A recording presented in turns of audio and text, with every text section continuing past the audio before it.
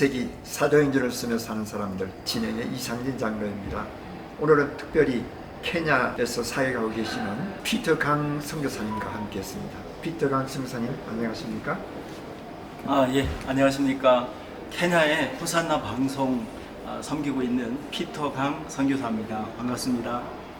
네, 선교사님 지금 케냐에서 방송 사역을 하고 있는데요. 일반적인 선교사님들 사역들이 교회 개척 사역이라든지 복음 전파 사역이라든지 문화 교육 사역을 많이 하고 계시는데 방송 사역을 하고 계시는 분으로서는 처음으로 만나 뵙게 되는 것 같습니다. 어떻게 사역에 임하게 되셨는지 우리 애청자들에게 먼저 개인 소개를 잠깐 해주시고 네. 말씀을 해주시면 고맙겠습니다. 네. 저는 한 17년 전 케냐에 처음으로 여행을 왔다가 잠시 들렀는데 그게 어떻게 이렇게 종착역이 되었습니다. 네. 자, 그때 제가 미국인 선교사님들과 교류가 있었고 그분들 사역하는데 도움을 드리고 또 바이블을 같이 공부하고 그러다가 제가 케냐에서 정말 많은 분들이 관광차 오는 경우가 참 많습니다. 그런데 특별히 우리 김찬경 선교사님을 뵙게 됐고 그분이 제가 신문 방송학을 공부했다고 하니까 굉장히 관심 있어 하셨어요. 그래서 저에게 도움을 청하셨고 사실 그때 저는 이제는 방송 라디오, FM 라디오 이런 것들이 시대가 디지털 시대로 바뀌었고 해서 별로 관심도 없었고요. 그게 또 될 거라고 생각도 안 했습니다. 네. 지금 저한테 말씀하셨듯이 방송 선교라는 것이 거의 이제는 들어보지 못하는 얘기가 되고 이제 처음이 저희가 시작이 됐는데 그래서 고 김창경 선교사님께서 굉장히 오래전에 방송 허가를 신청하시고 프리퀀시 95.2MHz를 신청한 지 10년 만에 허가를 받았습니다. 네. 제가 그 당시에 암 투병 중이었고 서울의 아산병원에서 마지막 수술 하루 전날인데 저를 찾아오셔서 프리퀀시 95.2MHz가 이제 정부에서 나왔으니까 우리 피터강 선교사 케냐에 와서 정말 특별하게 우리 방송국을 좀 맡아주세요 하는 것이 시작이 됐습니다. 네. 그렇게 해서 네. 이제 6년 차로 우리 호산나 방송을 맡고 있습니다. 네. 지금 조금 아주 간단한 말씀 가운데서도 굉장히 깊고 또 오묘한 그런 만남과 또한 마음의 결단과 또한 그 아픔 가운데서 있었던 그런 일들 많이 궁금하게 되는데요. 어떻게 암을 앓게 되셨나요? 네, 제가 글쎄 아픈 거는 대부분 모르고 있다가 나중에 알게 되는 거지만 어쨌든 네. 저도 몸무게가 한 25kg 정도가 빠졌어요. 2016년, 2017년. 네. 그 당시에 그렇게 해서 케냐에 있다가 아산병원에 입원하게 됐고 거기서 진단받기로 아무튼 직장암, 대장암, 라스트 스테이지까지 와 있는 것을 알게 됐죠. 네. 제가 평균 몸무게가 57kg인데 25kg가 빠졌으니 뼈밖에 없고 네. 보통 일반적인 상식으로 봐도 거의 불가능한 삶이었죠. 그 당시의 삶이. 정말 하나님이 특별히 저를 사랑해 주시고 축복 주셔서 지금 케냐에 호산나 방송을 이끌게끔 사역을 하게끔 해주신 거죠. 정말 25kg나 빠진 그 상태에 있었던 그런 상황은 어떤 면에서 마지막 스테이지로 가는 그런 상황이었을 텐데 그런데도 불구하고 하나님께서 다시 회복해 주셨던 그런 일들 이것은 방송 선교의 사역을 얘기하기 전에 좀 인생에 하나님께서 만드셨던 그런 일들 좀 얘기 나눠주시면 고맙겠는데요. 네. 우리 선교사님께서는 언제 예수님을 영접하게 되셨나요? 이제 그 부분이 저한테는 우리 많은 선교사님들, 우리 케냐의 선교사님들 많이 계십니다. 네. 장모님도 계시고 주변에 보시는 모든 분들이 어린 시절부터 저의 우리 이 믿음의 선배님들이라는 것을 고백 안 할 수가 없는데요. 네. 저는 2010년 4월 부활절에 케냐에서 우리 미국인 게리 목사님을 통해서 세례를 받았습니다. 네. 그때부터 시작이 됐고요. 네. 그 그리고 그분들과 함께 정말 그분들의 사역이 저한테는 너무너무 감동이 돼서 제가 그 세미나에 공부도 하고 그러면서 그분들을 돕고 그러던 것이 저의 믿음의 출발이었습니다. 네. 그래서 저는 너무너무 늦었죠. 네. 이제 그러다가 하나님을 이렇게 만나게 된 지금 특별한 계기는 아무튼 저가 정말 도망 다니고 우리 김찬경 선교사님 돌아가신 김찬경 선교사님이 저를 처음에 만나실 때부터 저를 선교사라고 부르셨어요. 네. 그때는 그런 믿음도 없었고 그런 자격도 없었는데 그렇게 하다가 제가 암 투병 아산병원에서 투병하면서 제 아내가 10년 동안 선교 훈련을 받고 있었어요. 네. 그리고 기도하면서 17년 동안 혼자 아이들 둘을 키우면서 네.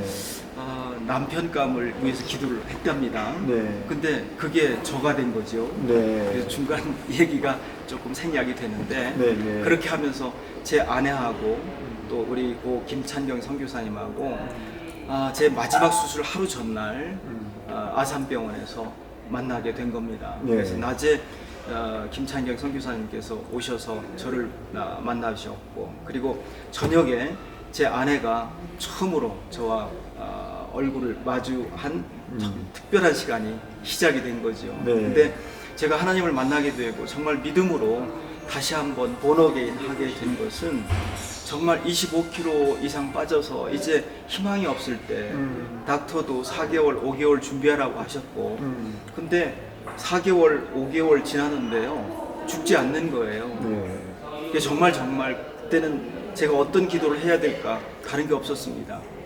기다림을 좀 얻게 해달라고 기도를 했습니다. 네. 그때 하나님 말씀이 저는 어떻게 말씀이 저한테 주어질까 전혀 기대하지 않았었는데 저에게 보여주신 건지 아니면 말씀을 주신 건지 지금 3차원, 4차원의 어떤 특별한 걸로 저에게 와 닿은 그 메시지가 뭐였냐면 회개하라는 말씀이셨습니다. 네. 그런데 저는 회개하라는 그 말씀 주신 것 가지고 제가 뭘 회개해야 되나 이렇게 고민할 정도로 정말 무지했습니다. 그런데 눈을 감고 이제 잠을 청한다 그쯤만 되면 저에게 특별함을 보여주셨습니다. 네. 그 시작이 제가 2달도 안 된 핏덩이가 제가 이제 겨울에 출생을 했는데 저희 모친께서 저를 낳아놓고 2달도 안 됐는데 산후조리도 못하시죠. 그 당시에는 어머님들이 그런 시절이었으니까 아주 추운 겨울이었습니다. 저를 놔놓고 부엌에 밥을 하러 나가신 거겠죠. 시동생들 그 시댁에 가족이 많으니까. 그런데 아주 추우니까 두터운 이불을 갖다 덮어놓고 나가신 거예요. 근데 제가 그것을 보게 됐고 알게 됐고 느끼게 됐습니다. 제가 그때 죽은 거예요. 네. 그 모습을 저에게 보여주신 거죠. 근데 그때 아담과 이브의 원죄가 그대로 보여지는 겁니다. 원망을 하고 그때 원망의 대상이 아마 어머니였겠죠. 거기서부터 시작한 제 회개는 끊임이 없었습니다. 얼마나 많은 죄를 졌는지요. 저는 지금도 항상 숨을 쉬면서 감사하고 이 땅에 선교사로 지금 이렇게 인터뷰하는 이 시간 얼마나 감사한지 모르겠습니다. 예. 그래서 지금 이 말이 지금 두서없고 시간이 지금 그래서 그런데 어쨌든 그때 하나님의 말씀 듣고 회개하라는 그 메시지 통해서 제 회개가 시작이 됐고 이제 끊임없이 뭘 보더라도 저의 회개가 앞서게 됐고 또 기도하는 삶이 시작이 됐고 그리고 제 아내를 만나고 케냐에 다시 마지막 말씀이 제가 결혼을 2018년 12월 15일에 했습니다. 12월 15일에 하고 2019년 1월 21일에 케냐에 파송장 받고 선교사로 시작을 하게 됐고요. 네. 그때부터 방송국 여러 가지 설립 준비부터 이런 시작을 하게 된 것이 이제 6년 차가 된 것입니다. 네, 그러셨군요. 마지막을 바라보는 그 순간에 하나님의 회개하라고 하는 하나님의 그 말씀에 완전하게 자기 자신을 내어놓는 그런 특별한 그런 만남과 특별한 계기가 우리 피드강 선교사님 하여금 지금 현재 하고 있는 방송 선교를 할 수 있는 그런 계기가 된 것 같습니다. 자 그러면 우리 사모님 만난 얘기 조금 전에 하셨는데 사모님과는 어떻게 아픈 그 순간에 만나셨다고 했는데 네. 잠깐 더 얘기를 해 주실 수 있나요? 네. 예.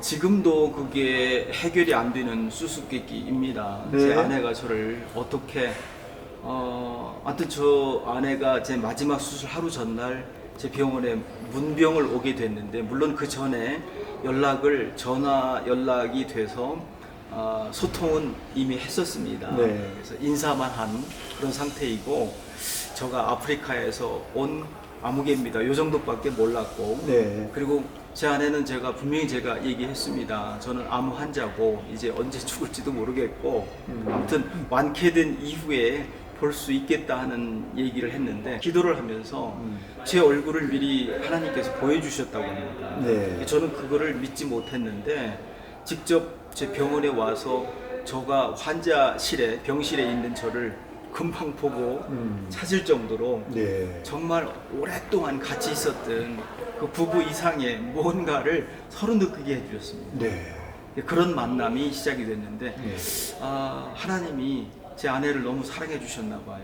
저 얼굴도 보여주시고, 네. 저를 그렇게 해서 만나게 해주셨는데, 지금도 그것을 일반인들한테 얘기하면 계속 궁금해지는 것들이 많습니다. 네. 어떻게 만났냐고. 저도 마찬가지입니다. 네. 제 아내가 어떻게 저한테 나타났을까. 네. 그 답은 하나님이 정말 보내주신 네. 겁니다. 하나님이 보내주시면 네.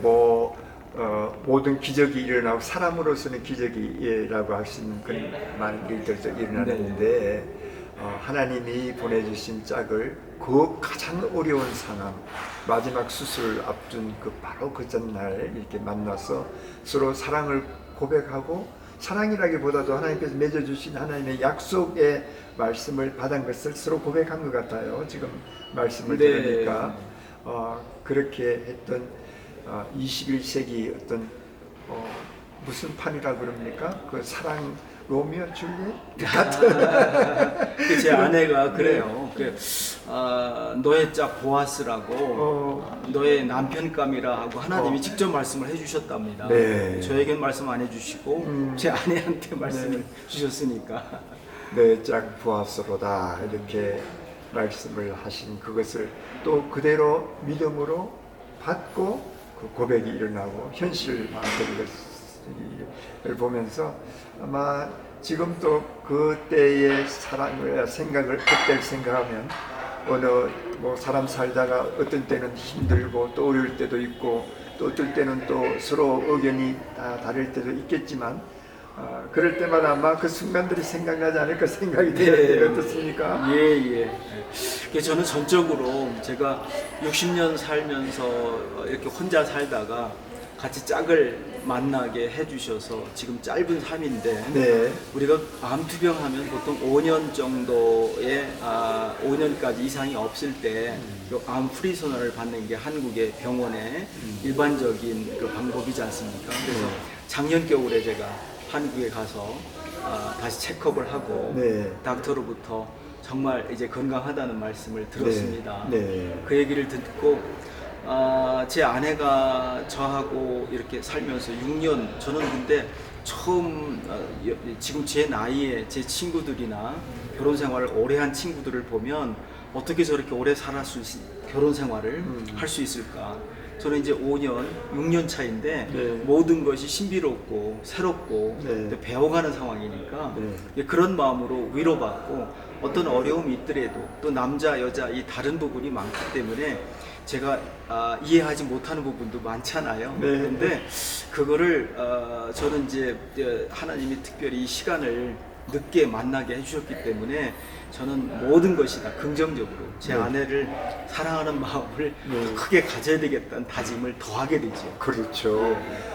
가정의 행복은 결국 남편과 아내가 서로 이해하고 서로 또 존중하고 사랑하는 그 관계에서 아름다운 행복이 창출이 되는 것인데, 제가 볼 적에 우리 선교사님은 높게나마 이렇게 하나님께서 주신 배필을 만나서 마지막까지 더 행복한 그런 삶을 살고 계시지 않는가 이렇게 맞습니다. 생각을 합니다. 예. 어때 무조건 뭐 우리 사모님 얘기라 그러면 다 이렇게 긍정적으로 하시니까 가정에 뭐 불화가 일어날 필요가 없겠죠. 그럼요. 제 아내가 없으면 제가 네. 존재할 수 없고 네. 사실은 지금 제가 이제 이 몸 상태가 일단 센서나 여러 가지가 좀 작동이 잘 안 되는 게 많습니다. 네. 그래서 예를 들어서 화장실을 가게 되면 제가 직장이 지금 30%밖에 안 남아 있기 때문에 네.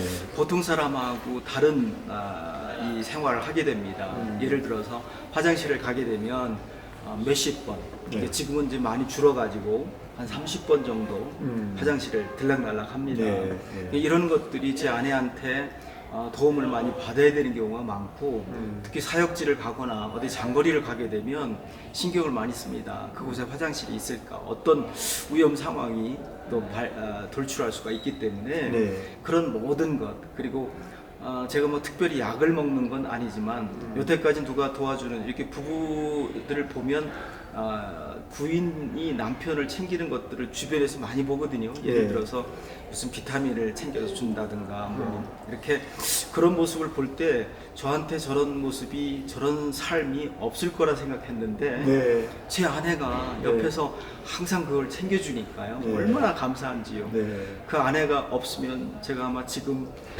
이렇게 6년을 살지 못했을 거라고 생각합니다. 네. 예, 예. 그 삶의 연장도 다 하나님께서 보내주신 대필이신 아내 네. 덕분, 그럼요. 모든 삶에 살아가는 행복의 근원도 아내 덕분, 아내 때문에 살아가는 아름다운 하나님에 대한 선교사님, 피터강 선교사님 이렇게 얘기를 들으니까 이 방송을 듣고 있는 많은 보시고 계시는 우리 시청자분들께서도 제가 볼 적에 나도 강 선교사님처럼 좀 그런 사람이 되어야 되겠다는 그 느낌을 갖지 않을까 이렇게 생각이 되는데요. 어떻든 우리의 삶은 항상 남을 배려하고 더 사랑하는 그런 관계로서 살아갈 때 아름다운 행복이 창조되지 않을까 이렇게 생각이 됩니다. 우리 강승 목사님 이제 가족 얘기를 잠깐 하셨고 우리 신문 방송학과를 졸업하셨다 그랬는데 어떤 것을 선교 사역에 임하기 전에 어떤 일들을 하셨는지 한번 잠깐 소개해 주십시오. 네, 하나님 디자인하신 그 저의 삶이 얼마나 기가 막힌지요. 지금 네. 현재 방송국 사역을 하는데 네. 우선은 제가 40여 년 이상 컴퓨터를 혼자 스스로 공부를 했습니다. 네. 전공 안 했지만 전공한 사람 이상으로 제 욕심을 가지고 네. 취미 생활이지만 이제 컴퓨터에 대해서는 누구보다도 지고 싶지 않은 네. 그런 마음으로, 그래서 컴퓨터의 하드웨어, 소프트웨어 모든 것을 제 자신은 섭렵했다고 생각을 하는데 아직도 네. 끊임없이 공부를 하고 있습니다. 네. 그것이 지금 현재 방송국 사역에 굉장히 중요한 역할을 지금 하고 있고, 네. 그리고 제가 미국인 선교사님들과 같이 일을 하면서 그때 이제 슬럼 사역을 많이 했습니다. 네. 그분들한테 지금 이제 IT 쪽을 필요로 하는 그런 분들이 많이 계셔서 컴퓨터라든가 어떤 멀티미디어라든가 뭐 이런 것들의 부족한 부분들을 제가 또 채워드리는 그런 역할을 했고 그런 훈련을 했고, 네.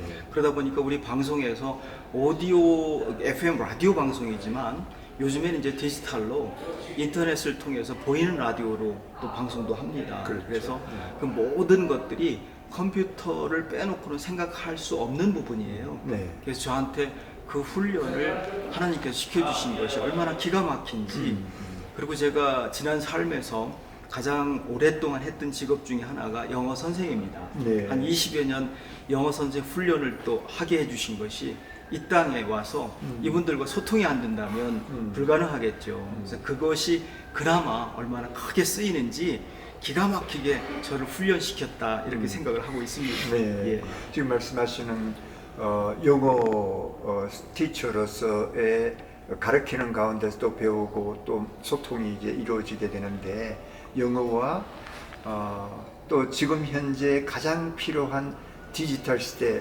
4차 산업혁명 시대 때에 네. 정말 IT에 중요한 것은 뭐 두말할 필요도 없는데 그 모든 컴퓨터의 하드웨어와 그리고 소프트웨어 전반에 통달하신 그런 경험을 이곳 선교 현장에 부어주시고 네. 계신다.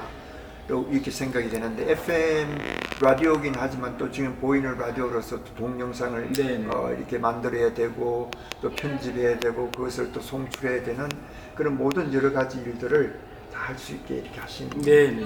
경험들 지금 그러한 경험들을 통해서 지금 현재는 라디오만 방송하고 계시지만 앞으로 좀 더 그것을 확장시켜서 어떤 학교를 만든다든지 인스티튜트를 만들어서 더 제자 양성도 할 수 있는 그런 맞습니다. 부분이 있을 것 같아요. 예. 네. 이제 그 부분에 대한 계획도 가지고 있지만 아무튼 지금 현재는 이제 방송국이 첫 번째고 그리고 또 방송 인력을 키우는 부분이 네. 저희가 방송국을 직접 하다 보니까 네, 네. 더욱 크게 느끼게 됩니다. 그래서 우리 케냐에도 지금 방송 관련 학과 졸업생들이 참 많이 있는데 네. 그분들이 실제적으로 실습을 하면서도 직접 방송국에 와서 어떤 이 기기를 다룬다든가 뭐 이러면 훈련 기간이 굉장히 많이 필요로 합니다. 네. 학교에서 배운 대로 그대로 와서 직접 되는 게 아니기 때문에 그래서 이분들한테 정말 실질적인 교육을 할 수 있는 그런 교육기관 한번 만들어 보는 것도 하나의 또 소망이고 네. 희망이고 네. 거기에 추가적으로 말씀드릴 수 있는 부분은 저희 방송국은 케냐에서 가장 유명한 마사이 마라가 있는 지역에 가까운 곳입니다. 네. 그래서 나이로비 수도에서 한 3시간, 4시간 거리에 있습니다. 네. 근데 95.2MHz의 가청권에 있는 청취자들이 지금 현재 한 7, 80만 정도 저희가 네. 보고 있고요. 네. 그분들에서 지금 현재는 한 반 이상은 저희의 청취자가 아닐까 이런 생각을 하는데 네.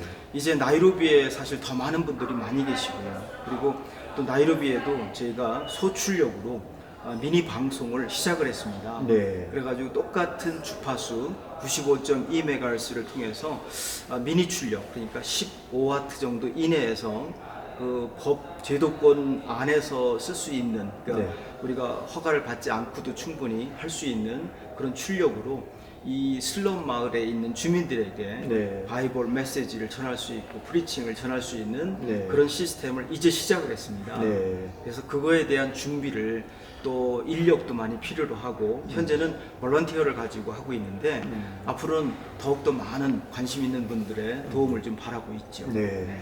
지금 말씀하신 지금 앞으로의 계획 같은 거 그리고 라디오를 통한 선교 복음 전파 사역인 것은 이 지역에 있어서 굉장히 중요할 뿐만 아니라 앞으로 더 펼쳐나가야 할 그런 사역 같은데요. 우리 지금 여러 가지 시간 관계상 지금 이 시간은 오늘은 이 정도로 마치도록 하고 네. 다음 시간을 통해서 좀 더 구체적인 그 방송 선교의 현황과 함께 미래에 그 계획하시는 그런 일들을 어떻게 이어나갈 수 있을까 하는 좀 구체적인 일들을 네. 얘기해 주시면 이 시청하시는 분들 가운데서도 정말 사역은 하고 싶은데 특별한 어떤 것이 내용이 없기 때문에 방송에 좀 관심을 가지고 있는 사람들은 이것 가지고 선교할 수 있는 것이구나라고 이게 생각이 된다면 서로 협력이 되지 않을까 싶거든요. 그런 의미에서 다음 시간에 다시 한번 찾아뵙도록 하겠습니다. 오늘 이 시간에 이렇게 좋은 말씀 해주셔서 감사합니다. 다음 시간에 또 뵙겠습니다. 네, 고맙습니다. 안녕히 계세요. 예.